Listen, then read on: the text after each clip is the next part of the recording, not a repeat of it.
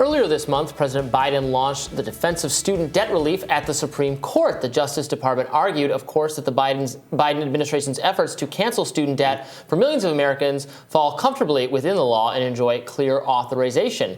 Today we have the author of Paper Belt on Fire, How Renegade Investors Sparked a Revolt Against the University, Michael Gibson, joining us in studio to discuss everything going on in the higher education sector. Obviously, it's a time of tremendous bipartisan frustration with higher ed, how expensive it is. It's producing people that are maybe not well suited to the actual conditions of the economy, the actual demands of the economy. Tell us a little bit about your book and what kind of policy comes out of your way of thinking about. Well, thanks for having me on. So the Biden administration's debt cancellation plan will hinge on some legal technicalities about whether or not someone has standing to sue the federal government. So there has to be a clear sense that some organization or person was harmed by the cancellation. So that's what the Supreme Court will hear. But I think we can all agree, if you talk to most people in the court of public opinion, that it seems outrageous that we should ask people who never went to college to pay for those who did, or those who went and their parents made sacrifices or they worked hard to pay off their tuition.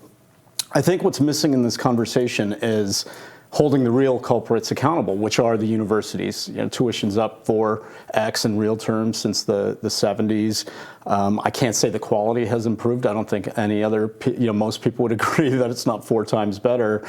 And indeed, there are a lot of people with useless degrees out there, this surplus of overeducated elites looking for jobs that don't require the degrees they have.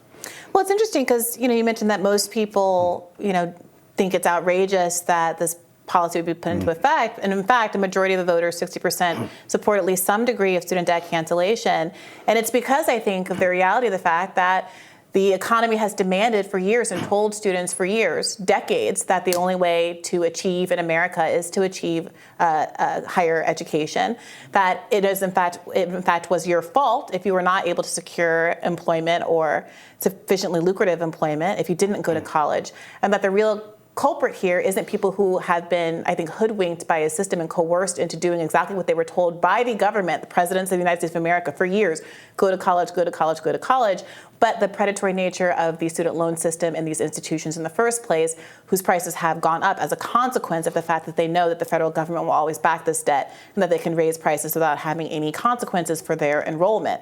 That being the case, I'm curious if you support some of the plans that have come out of the progressive side of the Democratic Party or independents like Bernie Sanders with respect to making public college free so that we can actually get out of this rat race that has caused the crisis in the first place. Right.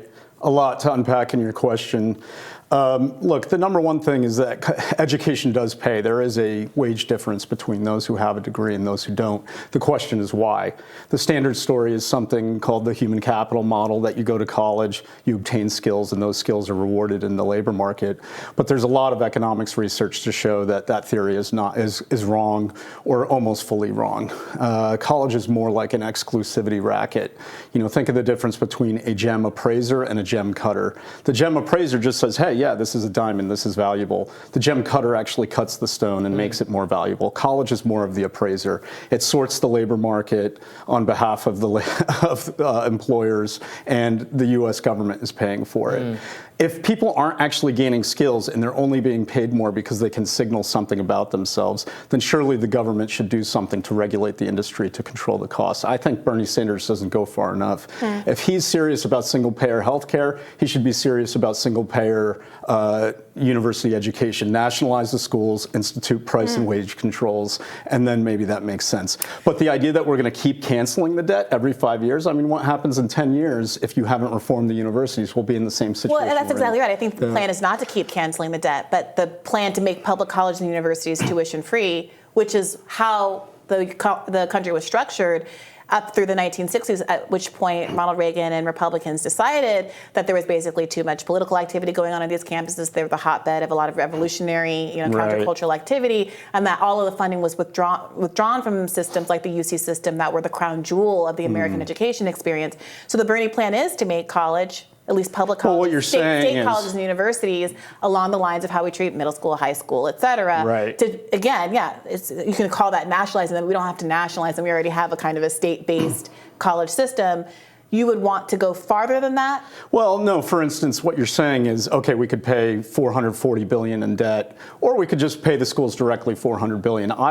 There's a lot of money at stake, so nothing is free. There's no free lunch. Someone's paying for it. It's cheaper, right? Because part of what's driving up the cost of colleges is the middleman. The problem is that you have all of these loan servicers, you have these banks, you have all of the people that are emailing me every day, every time the government changes what it's actually doing about student debt cancellation. Those prices are only going up interest, because the cost of college is going up, and they know they can keep raising the cost while the government backstops it. The costs are going up in part because there's thousands and millions of people that are, probably not millions, but hundreds of thousands of people that are employed in these industries that are extremely profit driven, where they are servicing these loans at the cost of the student. Moreover, students are paying extremely usurious interest rates, some of whom, because that's just the interest rates that were set. I, for instance, am at somewhere like an 8% interest rate. That's just what was going on when I was graduating. But especially from college. with the new system, Biden wants to move toward the income-based repayment, and if you still have the middleman there, where the graduate will pay back a portion of their income, that idea in itself is not offensive. But the way it is, the university could just jack prices even more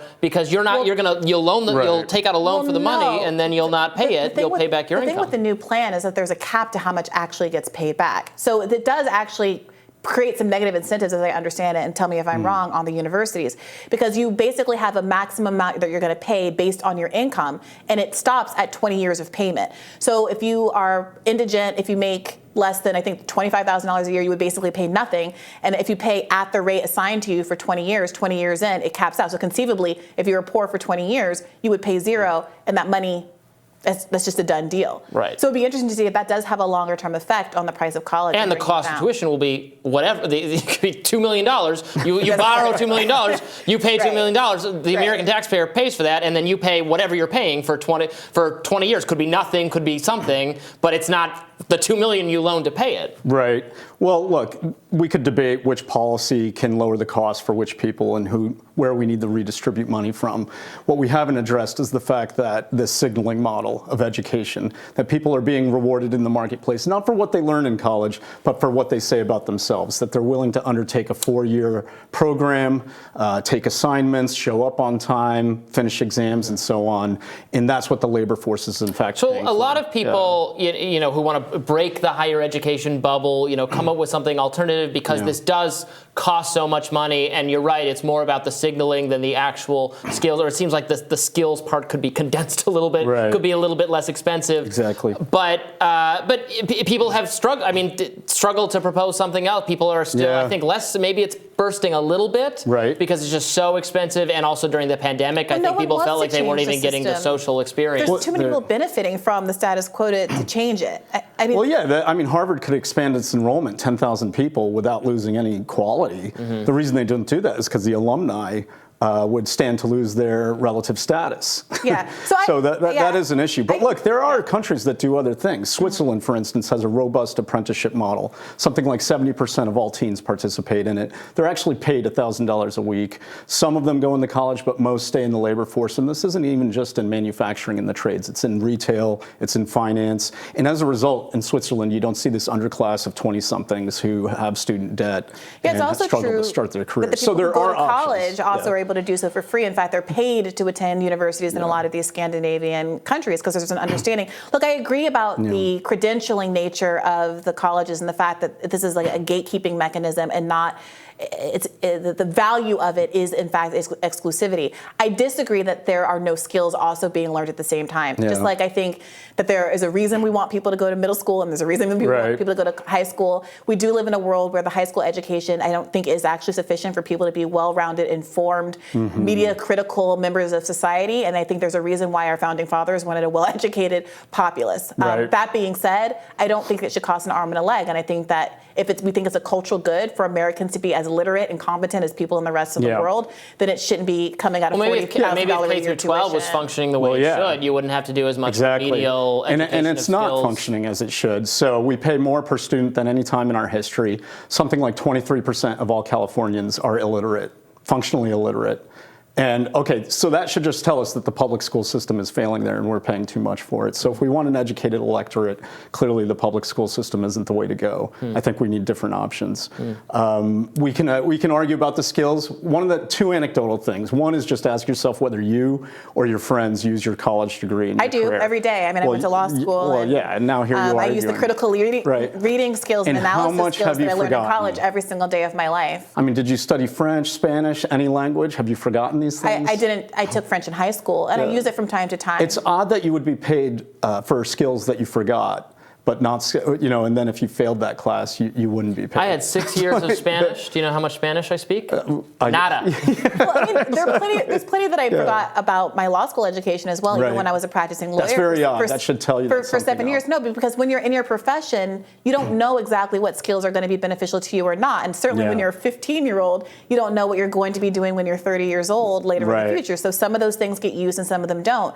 But I think that there's an undervaluing of what basic education models are taught to you about how to understand charts and graphs, how to understand close reading, how to understand how people communicate to each other in the world, the basics of science. We talk about COVID every day, and I'm informed by my basic knowledge of virology that I got from taking a higher IB biology course in high school, not to mention the biology classes they took in the context of my history of science degree in college. So I personally do use my college education a lot. I understand that other people don't, and I do think that vocational education is important and should be more robustly supported, absolutely. But I don't think it's an either Well, I or. think there's a class action suit waiting to happen here. Universities in their mission statements say they train people not what to think, but how to think, how to think critically, and so on. And yet there's no evidence to support these claims whatsoever. In fact, there's evidence against it. Something like 90 years of research in the psychology of education shows that little to no transfer of learning. What does that mean? It's how to think. If you learn one thing in one domain, can you apply it to a new domain? And it turns out students don't perform better in that activity in college, out of college, and so on. That hasn't been my personal experience, but I'm interested to see those studies. Maybe you're already intelligent and know how to rip apart arguments. Maybe you were already this good. I'm not so simplistic to think that I didn't learn a great deal. I definitely learned some stuff, but I've also forgotten a lot. And I think a lot of the writing instruction I got in college was like actively harmful for the kind of writing I do now. That's so interesting. I had such good writing instruction. Look, obviously there's differences between institutions and professors, and people get lucky with who they take and where they take it. I had some great professors. I loved my creative writing classes. They were terrific. They really helped improve my writing. But a lot, like, an 8-page essay about Virginia Woolf or something, you learn to write in that kind of academic-y jargon way where you're just like writing for a length because there's a length required that does not convey more information. That's why I wrote in high school. Beating to death the same point over and over again, and what you're saying is nothing. I was told I remember my first writing assignment as a sophomore in a sophomore level class as a freshman. I got a C, and I was shocked because I thought of myself as a good writer, and it's because I was writing like that. And they told me absolutely it's about thesis and argument and not about flowery language that I got away with in Harvard versus Michigan is not the Harvard of the West. But. If you grant me a little bit, you should say, wait a second, maybe we shouldn't be offering this for free and paying exorbitant sums for it. Absolutely. We do need to reform the universities. Absolutely. All right, we got to leave it there. Michael Gibson, thank you so much for joining us. Thanks for having me on. We'll have more Rising right after this.